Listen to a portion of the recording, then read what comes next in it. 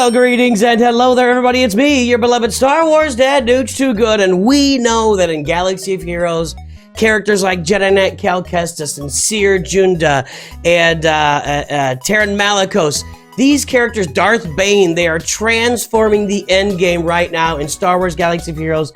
If you get them immediately out of Conquest or wherever they're available, these characters are making a huge difference in the game. Bo-Katan, Darksaber. Transforming characters, transformative characters, taking teams that otherwise would not work and making them awesome in Star Wars Galaxy of Heroes. Now, what about you beginners, you early gamers, you mid gamers, all the way into kind of the early, late game? What about transformative characters for you guys? You know, you haven't really taken the time to get Bo-Katan Darksaber because that's a bunch of money to invest, and then you got a lot of other stuff to worry about. You know, Terran Malicos, it's nice, but you're not finishing Conquest every time. It's somewhere down the road. You're not even sure where you'd stick them because it doesn't fit in your teams. You know, let's talk about it. Transformative characters or lifters for the new players, early gamers, mid gamers, and even somewhat into the early, late game. And I kind of wanted to start the conversation off here with Captain Rex because I think everybody understands what Captain Rex does for the Phoenix team and thereby can understand exactly what we're kind of talking about today. The Phoenix team was a dumpster pile team for decades. For decades and centuries, the Phoenix team has been on the dumpster fire of Star Wars Galaxy of Heroes. Now, some people still like them as a starter team back when they were really nothing going on there. But I made several videos. I did not think you should farm Phoenix anymore because I didn't think it was a priority to get Palpatine and Thrawn on the roster. Early in the game, those guys were super... Anyway, Captain Rex changed all of that, and now all of a sudden takes a dumpster fire team to being an end game team. If you look here, whenever another Phoenix ally uses a special ability, he assists, and this unique gets shared with... So now all of the Phoenix have his unique. So they all assist when anybody uses a special ability. What else is in? That's the main thing. I mean, that's the number one thing. Whenever a Phoenix ally is inflicted with a debuff, he gains 5% turn meter per debuff, and all allies can recover 5% health and protection. They're all just getting turn meter constantly. They're all getting health and protection constantly. While in Grand Arenas, he gains critical damage and max health and speed. I mean, it's just crazy. While in 5v5 Grand Arenas, and all abilities, they're all Phoenix. Whenever the ally is inflicted with ability block or daze, they dispel it and inflict 2 damage. I mean, just whenever he uses basic, he recovers 10%. Captain Rex took this team and turned it from just something on the scrap heap of humanity into an end game, just killer team. And it was one of the reasons why when he first came out, Arnold made like a video, like every 2 or 3 days he was making Captain Rex video because we could not believe, you know, we had asked for years, please make the Phoenix relevant. We've all got them.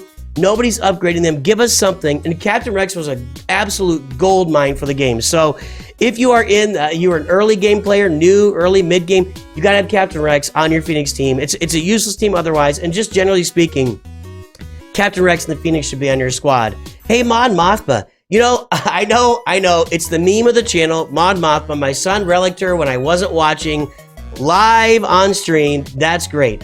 Now, what the thing is that Mon Mothma, as a leader, if she's in the ability leader slot, all Rebel fighter allies gain 8% of their combined. Guys, without Mon Mothma, Rebel fighter allies are useless. And specifically the characters you put on the team, Cara Dune, who's okay in some other places.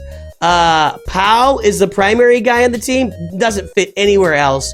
Hoth Rebel Soldier doesn't fit anywhere else. You can look at Scarif Pathfinder, who's got some homes now on some AdRad teams or whatever.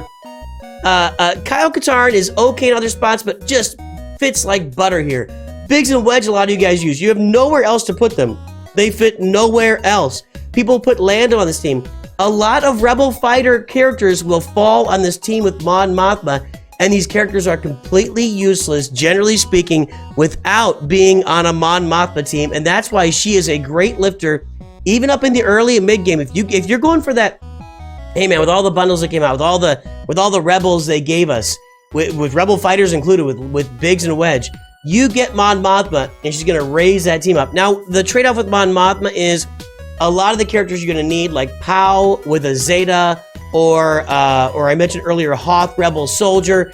These are characters that you're not really gonna have farmed up. Cara Dune people got in a Lightspeed bundle, and people are farming Kyle Katarn also likes to be bundled, but people are farming him for Star Killer. But the other characters, you put Biggs and Wedge there, it's not as good as Pow and Hoth Rebel Soldier. So those guys, you kind of got to go farm for her. But man, she transforms some Rebel fighters into something that's really good and really effective. In the mid game, it could be just a great team. Even when you get to the end game, it's a nice cleanup team for Galactic Legends.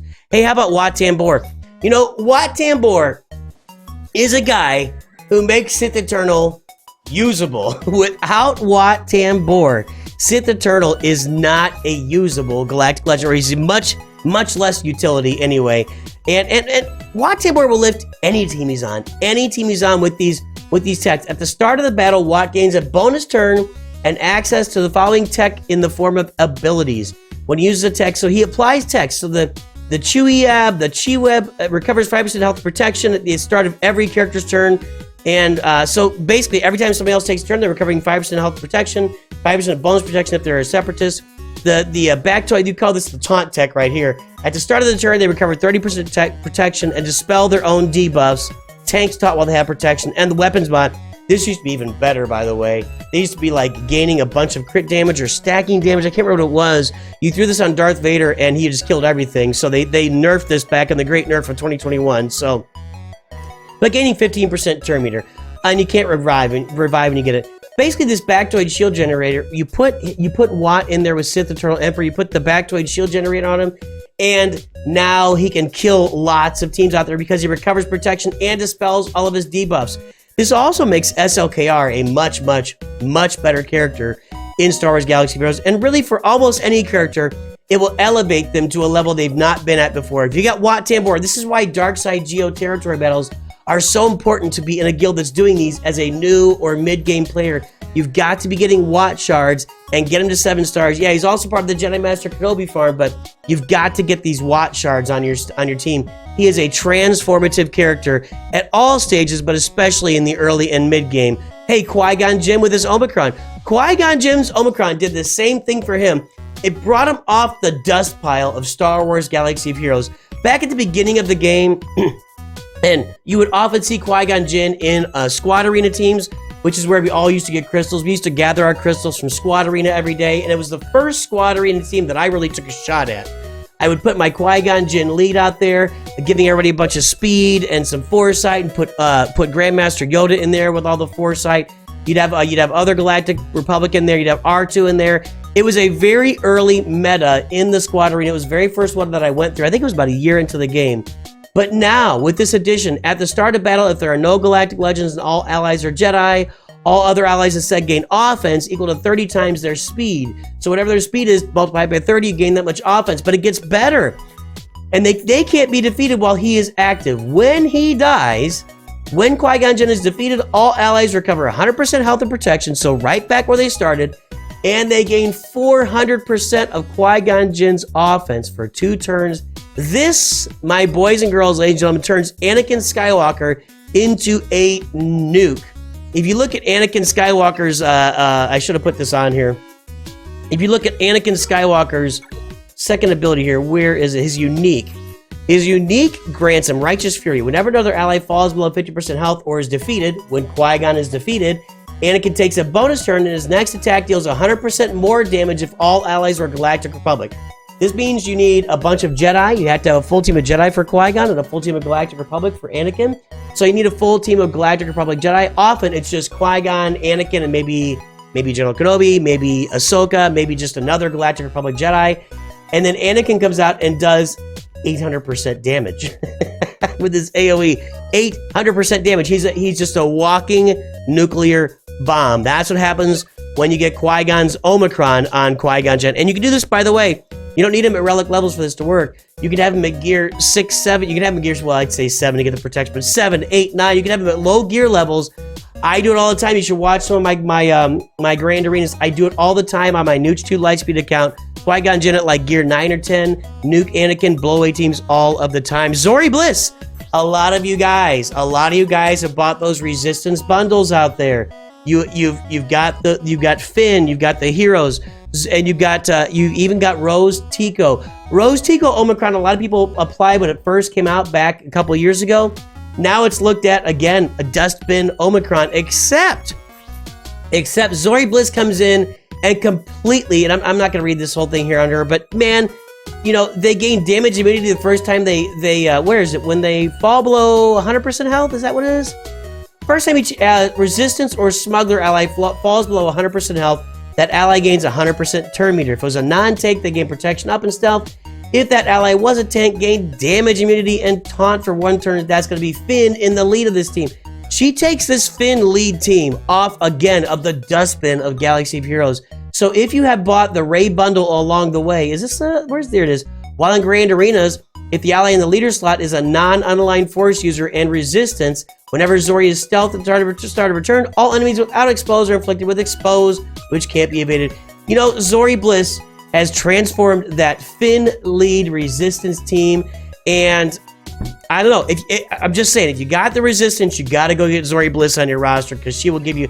And she also makes tier 1 of the Ray journey just ultimately doable, even if she's only like 3 stars, as long as she's got her Zeta.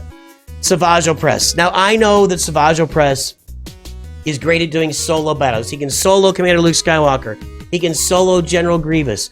But I view him as a transformative character because if you put him on the Traya team, so if you got a Traya with her Omicron, and even without her Omicron, and you drop Savage Opress in there, and it's not his leader ability, it's his brute ability, and now in Grand Arenas, it's Grand Arenas only, by the way, he gains defense, max health, offense, 30 speed. At the start of the encounter, he gains 2 stacks of resilient defense.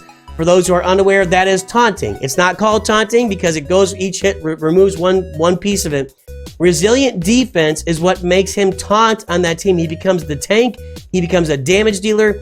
Putting Savage, the Darth Traya team with the Omicron is really good anyway, but you drop Savage on there and it becomes nearly like just below Galactic Legend tier. It becomes like an S tier team if you count out the Galactic Legends in Grand Arena. So Savage transforms Darth Traya even further when he gets his Omicron and you drop her on that team. He's a great character, and Cyan is not doing the job anymore as a tank on Darth Traya's team, unfortunately. It's sad. Hey, Mara Jade, man. Mara Jade, honestly, even if you're not going for Star Killer, is a character that you probably should have on your roster. When you look at what she does on an Emperor Palpatine team, it starts right off here at our unique. If Emperor Palpatine is in the leader slot at the start of the encounter, Empire and Sith allies have plus 20% offense and potency. Just imagine Darth Vader with plus 20% offense on your early Empire team and potency.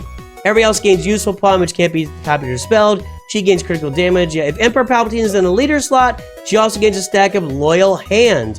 And useful pawn, minus 5% critical chance, critical damage and offense. Loyal Hand, plus 10% max protection and offense. And then Territory Wars. At the start, this is a great Territory War Omicron. If the enemy leader is not a Galactic Legend, they lose 100% protection, 50% max protection. So you just pretty much just shred the enemy leader's protection if they're not a Galactic Legend. And Mara Jade gains 100% turn meter. Now, in Grand Arena, we're looking for Mara Jade to have maximum speed because she drops this. She inflicts offense down, shock, and stagger on everybody on the other team. And when Emperor Palpatine is in the lead, guess what that means? 5% turn meter per, I believe it's 5%. 5% turn meter per, so she goes first, then she goes second. She dispels all buffs and stuns and vulnerables one target enemy. She gets the turn meter train rolling, then Palpatine goes next, then Vader may go next. If you got a Star Killer team, it's always Palpatine and Mara Jade setting the pace here for the team. Mara Jade is a great early character as a lifter for any Palpatine lead team you've got out there. Mara Jade is almost indispensable as an early game lead, both for Grand Arena on a Star Killer team, Grand Arena in general, just in general, and then also in TW, she brings a whole nother a piece to that by reducing the opponent's protection, max protection, big time out there. Hey, Admiral Raddus. This guy, if you're going for profundity, even if you're not, well, yeah, if you're going for Admiral Raddus, you're going for profundity. Another Dust Heap team, guys. Another Dust Heap team. Rogue One was a team that early in the game, we were all farming for the Hoth territory battles. There's a node in Hoth territory battles where you get extra get one currency, I guess, from using Rogue One characters. Other than that, they've had almost no utility for the entirety of the game. There's something to be said for Cassian under a Jinn lead, where he's throwing a bunch of debuffs out there, a bunch of exposes. but for the most part, they've really had no utility in the game. And then Adrad comes along and completely transforms the team. Just one character added to that team, and all the Rogue One allies get 10% health, 12% potency, 8 speed for each Rogue One ally, by the way, so they're all gaining it by like 50% and 60% and 40 speed. When an Empire enemy gains bonus turn meter, they're inflicted with daze. So basically, he shuts down the Palpatine teams because they're no longer going to gain any bonus turn meter. If a Rogue One ally is critically hit by an enemy, that enemy gains exposed. While in Grand Arenas, Rogue One allies gain 40% max protection. At the start of the battle, they all gain Spark of Rebellion. When Spark of Rebellion is dispelled from an ally, they gain critical chance up. Bop, bop, bop, bop, bop.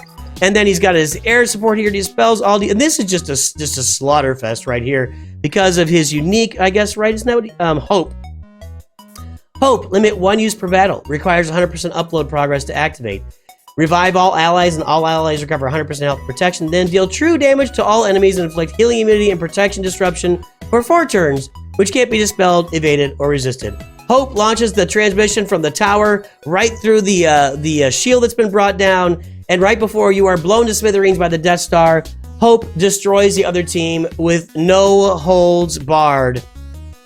Hope is what it's all about. His leader in Hope, Adrad, again.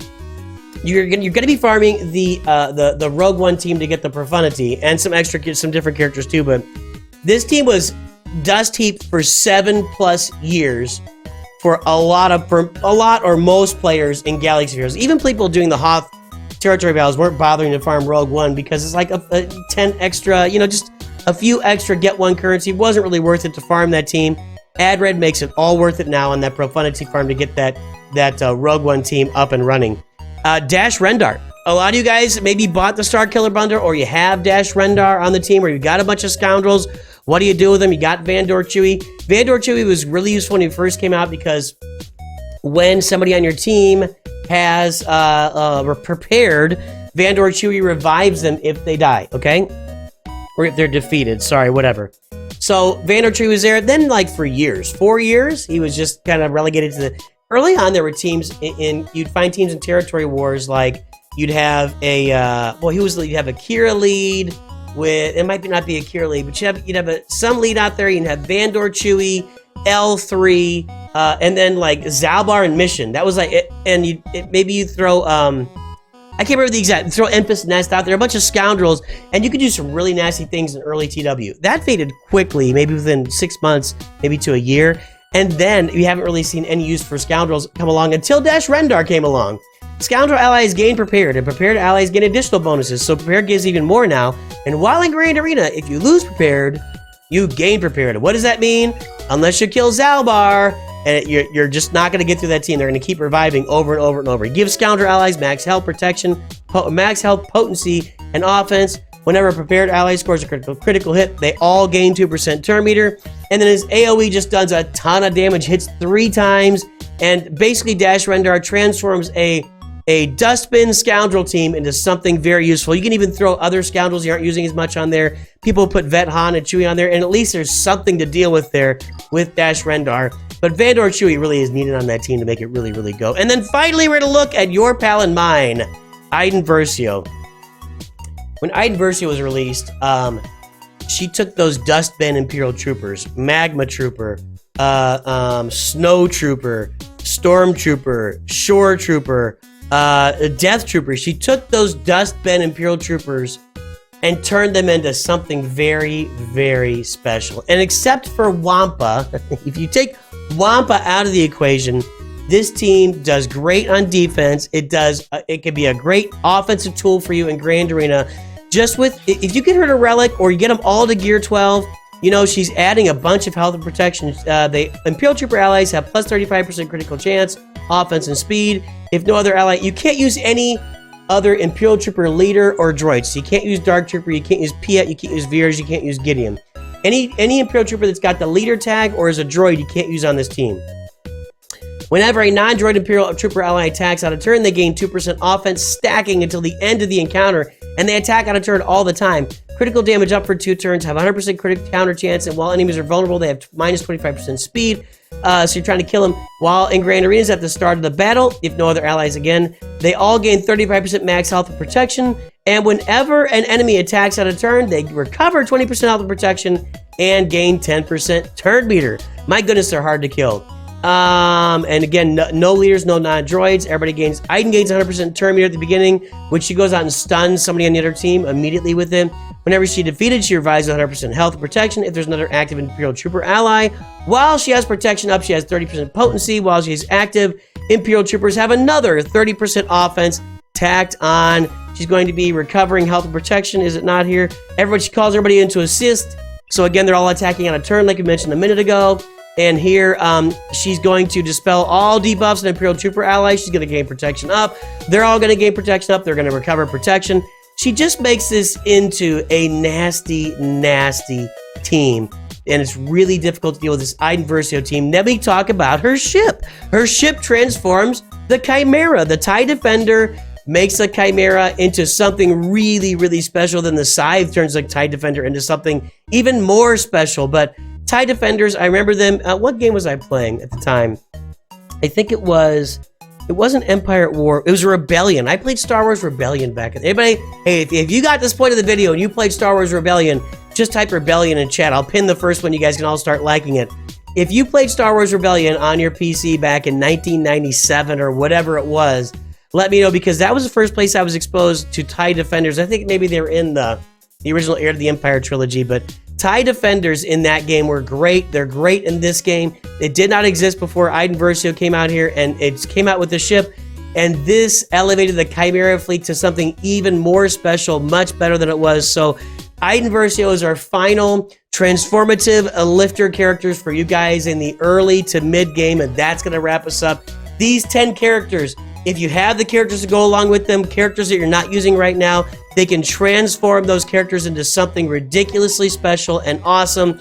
Maybe even, in like Savage's case, even more awesome than they already were. These are the characters you can farm in the early to mid game to make your roster great again. I hope you have a great day. I will talk to everybody soon. And of course, always remember, Nooch too good.